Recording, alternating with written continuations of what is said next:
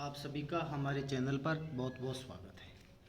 अब हम ये जो चैप्टर नंबर 11 चल रहा है उसके अंतिम हिस्से में पहुंच चुके हैं और इसका जो लास्ट पार्ट है वो है सूक्ष्मदर्शी अर्थात माइक्रोस्कोप।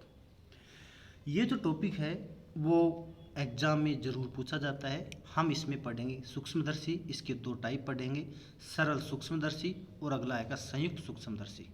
उसके बाद हम पढ़ेंगे दूरदर्शी के बारे में और वो भी दो प्रकार का होगा। क्लियर?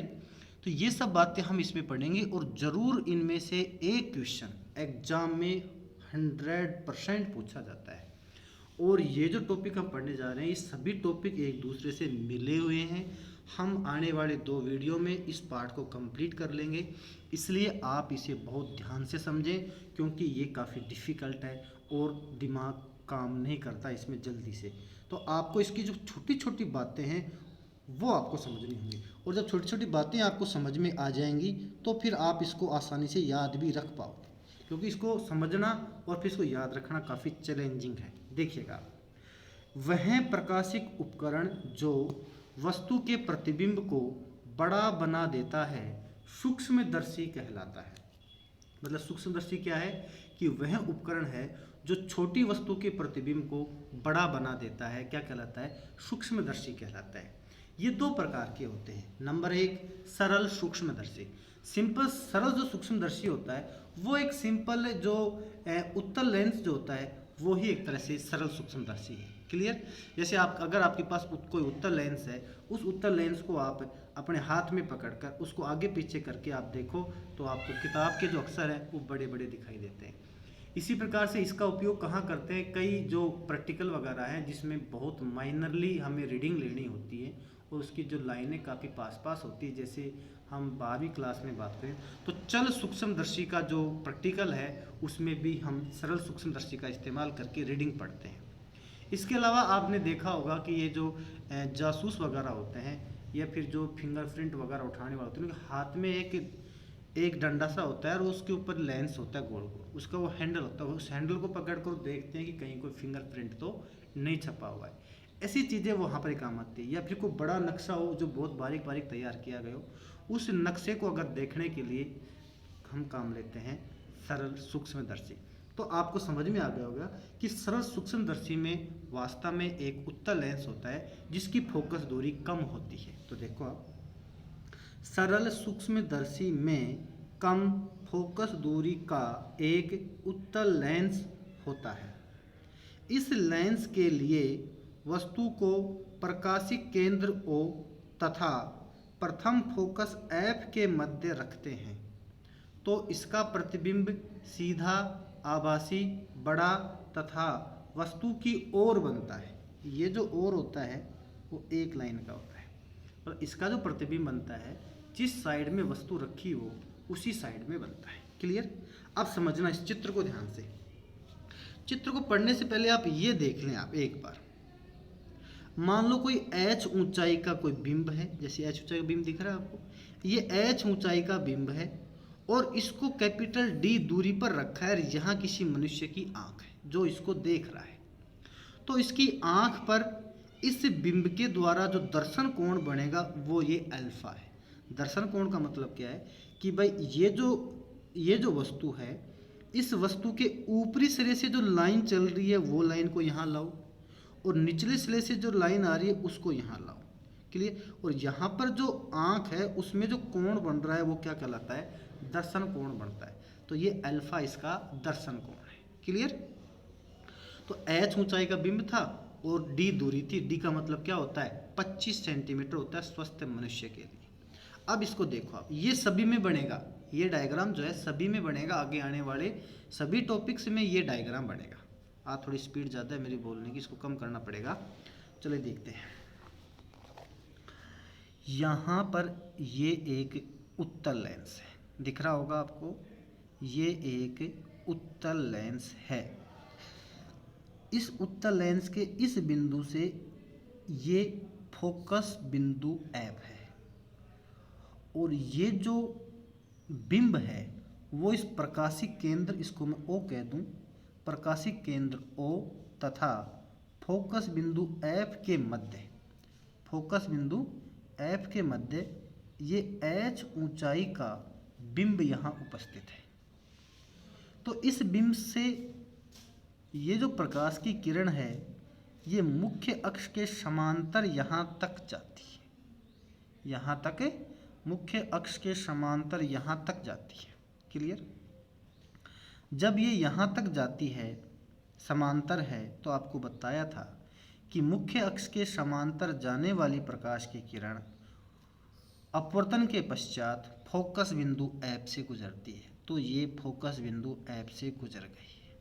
क्लियर? दूसरा, वह प्रकाश की किरण जो प्रकाशिक केंद्र O से गुजरती है वो दर्पण से टकराने के लेंस से गुजरने के पश्चात सीधी निकल जाती है। जब इन लाइनों को हम पीछे बढ़ाएंगे तो यहाँ ये एच डैश ऊंचाई का एक बिंब बनता है और ये एक प्रतिबिंब बनता है। इस प्रतिबिंब की ऊंचाई क्या है? एच डैश है। क्या है? एच डैश इसकी ऊंचाई है। और ये जो प्रतिबिंब बना है ये कितनी दूरी पर बना है लेंस से? यहाँ लेंस था, यहाँ ये प्रतिबिंब बना है और अब हमें ये दिख भी रहा है, साफ साफ दिख रहा है। तो इसका मतलब ये निश्चित है कि ये प्रतिबिंब साफ दिख रहा है, तो इसका मतलब ये 25 सेंटीमीटर दूरी पर बन रहा है। अर्थात इसके लिए v का मान कैपिटल D के बराबर होगा। किसके बराबर होगा? कैपिटल D के बराबर होगा v का मान। क्यों? क्योंकि ये हमें साफ साफ दिख रहा है और जब कोई चीज़ हमें साफ साफ दिखती है तो स्वस्थ मनुष्य के लिए वो 25 सेमी दूरी पर बनती है। क्लियर? अब आप समझो इसको, ये कोण आपका अल्फा था और इस कोण को मैं बता रहा हूँ बीटा। क्या बता रहा हूँ? बीटा बता रहा हूँ। तो देखो आप, ये जो बिंब है ना H, ये तो इस पर कोण बना रहा है अल्फा, जो यहाँ बता दिया मैंने, और ये जो H डैश है ये बना रहा है बीटा। क्या बना रहा है? बीटा कोण बना रहा है। या यूं कह दूं, बिंब जो है वो आंख पर अल्फा दर्शन कोण बनाता है और प्रतिबिंब जो है वो आंख पर बीटा दर्शन कोण बना रहा है। और बीटा दर्शन कोण यहाँ बना रहा है तो बीटा आपको यहाँ दिख गया और अल्फा आपको यहाँ दिख गया है। तो देखो आप पढ़ो इसको कि सरल सूक्ष्मदर्शी में कम फोकस दूरी का एक उत्तल लेंस होता है। इस लेंस के लिए वस्तु को प्रकाशिक केंद्र O तथा प्रथम फोकस F के मध्य रखते हैं। रख दिया तो इसका प्रतिबिंब सीधा, आभासी, बड़ा, सीधा बनता है, आभासी बनता है, बड़ा बनता है और वस्तु की ओर बनता है। क्लियर? तब आवर्तन क्षमता का जो फॉर्मूला है वो देखो आप कि आवर्तन क्षमता क्या होती है कि प्रतिबिंब द्वारा आंख पर बना दर्शन कोण बटे बिंब द्वारा आंख पर बना दर्शन कोण। मैंने आपको बताया था कि जो सूक्ष्मदर्शी है इसका काम है, एकमात्र काम है इसका कि ये उस वस्तु के लिए आंख पर बनने वाले दर्शन कोण को बढ़ा देता है और दर्शन कोण के बढ़ जाने से उस वस्तु का आकार भी बढ़ जाता है। इसलिए यहाँ जो आवर्धन क्षमता आएगी वो बीटा अपॉन अल्फा के बराबर आएगी, जहाँ बीटा प्रतिबिंब द्वारा बनाया गया दर्शन कोण है और अल्फा बिंब द्वारा बनाया गया दर्शन कोण है। तो m बराबर m आवर्धन क्षमता को हम m से लिखते हैं तो m बराबर हो गया बीटा अपॉन अल्फा, समीकरण नंबर 1। आगे देखिए अब चित्र से अल्फा, अब चित्र में हम चलते हैं, अल्फा किसके बराबर उसको समझो आप। ये अल्फा आपको यहाँ पर दिख ही रहा है कि ये अल्फा है। ये अल्फा जो है वो किसके बराबर रहेगा? tan अगर हम लगाएं, देखो हमारे सामने यहाँ लंब उपस्थित है और आधार उपस्थित है। लंब और आधार हमारे सामने हैं और लंब और आधार आते हैं सदैव tan थीटा में। तो हम यहाँ tan अल्फा लेके चलेंगे। तो tan अल्फा बराबर क्या होता है? LAL के A के हिसाब से तो LAL अर्थात लंब बटा आधार आएगा। तो लंब इसका H है और आधार इसका D है। तो यहाँ पर लिख दिया चित्र से अल्फा इज लगभग इक्वल टू tan अल्फा। आपको बताया कि जब थीटा कम होता है तो थीटा tan थीटा के बराबर होता है, पहले भी जिक्र कर लिया था मैंने 2-3 बार। तो अल्फा लगभग इक्वल टू tan अल्फा बराबर हो गया लंब बटा आधार, और लंब किसके बराबर है? H के बराबर है और आधार कैपिटल D के बराबर है। क्लियर? अब आगे चलो, अब मैं बात करूं किसकी, बीटा की। बीटा वास्तव में किसके बराबर है, तो देखो आप वही बीटा बराबर टेन बीटा या लंब बटा आधार। चलो डायग्राम में चलते हैं। ये डायग्राम देखो, ये जो बीटा है ना वो इसके लिए भी लागू हो रहा है, मतलब कि इस बीटा की वजह से एक ट्राइंगल तो ये बन रहा है ना, एक ट्राइंगल ये वाला भी बन रहा है, लेकिन मैं ये वाला ट्राइंगल काम दे रहा हूँ। तो इसमें ये लंब तो हो गया H और आधार हो गया U, तो ये यहाँ पर रख दिया, देखो ध्यान से, H/U रख दिया। साथ में ये भी लागू हो रहा है, इसको भी देख लो भाई, ये जो बीटा है वो इस ट्राइंगल पर भी लागू हो रहा है। इसके आधार पर हो गया H'/V, क्या हो गया, H'/V, तो ये हो गया H'/V समीकरण नंबर 3। क्लियर। अब समीकरण 2 व 3 का मान समीकरण 1 में रखने पर ये वैल्यू यहाँ पर रख दीजिए, तो m बराबर हो गया बीटा की जगह H'/V या H/U, जो भी वो रखना वो रख लो। लेकिन देखो अगर हम ये रखेंगे ना तो फिर ये आपस में कट नहीं पाएंगे और हमें एक सही सूत्र नहीं मिल पाएगा। तो मैं रखूँगा यहाँ H/U, तो लिख दिया मैंने H/U बटा, फिर नीचे क्या था अल्फा, ये हो गया H/D, ये हो गया H/D। Clear, H/D। अब ये H से H कट गया, D घूम के ऊपर चला गया, तो m बराबर हो गया D/U समीकरण नंबर 4। ये हमें मिल गया सरल सूक्ष्मदर्शी की आवर्धन क्षमता का फॉर्मूला, और इसको आपको अच्छे से याद रखना है कि m बराबर होता है D/U। अब देखो इसके दो केस हैं कि केस फर्स्ट, जब प्रतिबिंब d दूरी पर बने। चित्र में हमने प्रतिबिंब को d दूरी पर ही दिखाया था, आपने देखा कि हमने v बराबर क्या लिखा था, d। और दूसरी केस है जब प्रतिबिंब अनंत पर बने। तो ये जो टॉपिक है सरल सूक्ष्मदर्शी का, इसमें भी ये दो केस ही रहेंगी। आगे संयुक्त का आएगा, आगे दूरदर्शी का आएगा, सब में यही केसेज रहेंगे। तो केसेज ये कि ये रहनी है, आपको इन केसेज को अच्छे से याद कर लेना है। तो पहली केस क्या है, जब प्रतिबिंब d दूरी पर बने। तो उसके बात करें हम लेंस सूत्र से। लेंस सूत्र हमने पहले पढ़ लिया था कि 1/v माइनस 1/u बराबर 1/f। समझ में आ गई एक बात। अब आपने चित्र में देखा था, पिछले वाले चित्र में देखा था कि ये जो v बराबर क्या है बेटा, d है ना, v बराबर d है। लेकिन ध्यान दो कि इसके लिए हमें अपोजिट चलना पड़ रहा है, तो v का मान क्या रहेगा, -d के बराबर। तो ये हो गया v बराबर -d। समझ में आई बात। दूसरा u की बात भी देख लें, जैसे मान लो ये u है, इसके लिए भी अपोजिट जाना पड़ रहा है, और जब हमें अपोजिट जाना पड़ रहा है तो u की वैल्यू भी क्या रहेगी, -u रहेगी। तो u बराबर क्या हो गया, -u। क्लियर।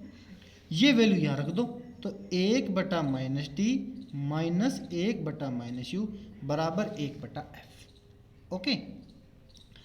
अब f फोकस दूरी तो पॉजिटिव है ना, क्यों है पॉजिटिव, देखो ये f है तो यहाँ से इधर जाएंगे तो ये फोकस दूरी है, तो ये इसकी पॉजिटिव।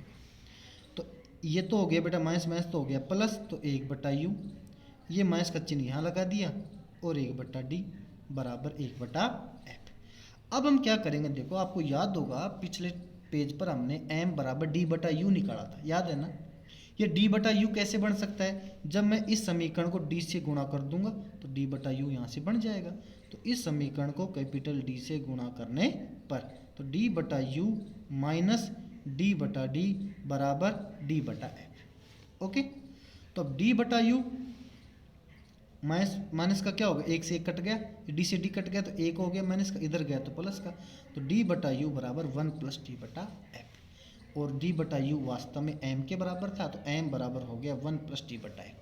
तो हमने जो इसका ओरिजिनल सूत्र प्राप्त किया था ना, वो था m बराबर d/u, और जब प्रतिबिंब d दूरी पर बने तो सूत्र हो गया m बराबर 1 + d/f। इनको आपको अलग अलग अच्छे से याद रखना है, ये एग्जाम में हमारे काम आएंगे, न्यूमेरिकल बनता है इस पे। तो देखो इस स्थिति में प्रतिबिंब आंख के निकटतम होता है, जिससे आंख अधिकतम तनाव की स्थिति में होती है। मतलब आंख के d दूरी पर प्रतिबिंब बन रहा है तो आंख को पूरा जोर इस टाइम आता है, मतलब हमें ढंग से पढ़ा समझ में आता है। लेकिन अगर कोई प्रतिबिंब अनंत पर बने, अनंत पर जब प्रतिबिंब बनेगा तो आंख बिल्कुल आराम की अवस्था में रहेगी, आंख पर कोई जोर नहीं आएगा, दिखेगा भी नहीं। सेकंड पोजीशन है कि जब बिंब अनंत पर बने, ये समझो आप, जब बिंब अनंत पर बने अनंत पर कब बनेगा? सीधी सी बात है कि जब कोई बिंब फोकस पर रखा होगा ना, देखो इधर ये जो बिंब है ना, ये इस एफ पर रखा होगा तो प्रतिबिंब कहाँ बनेगा? अनंत पर। आपको बताया था कि अगर फोकस पर होता है तो प्रतिबिंब कहाँ बनता है? अनंत पर बनता है। तो जब u बराबर एफ होगा तो v का मान क्या हो जाएगा? इन्फिनिटी। क्लियर? तो अब u बराबर एफ आप वो समीकरण 4 में रख दो और d बटे यू वाले में, तो ये होगा d बटे यू की जगह क्या आ गया? f। m बराबर d बटा है। तो फॉर्मूले 3 हो गए, आपको ध्यान हो तो। एक तो m बराबर d बटा यू, सरल सूक्ष्मदर्शी का सिंपल फॉर्मूला आया था। जब प्रतिबिंब d दूरी पर बने तो m बराबर 1 प्लस d बटा f आ गया। और तीसरी जो पोजीशन है वो क्या कहलाएगी? m बराबर d अपॉन f, जब प्रतिबिंब कहाँ बने? अनंत पर बने। तो m बराबर क्या हो गया? d बटे f। इस प्रकार ये जो हमारा टॉपिक है ये कंप्लीट होता है। अगली वीडियो में हम पढ़ेंगे संयुक्त सूक्ष्मदर्शी। अभी तक आपने हमारे चैनल को सब्सक्राइब नहीं किया तो प्लीज़ सब्सक्राइब कर लीजिए। धन्यवाद।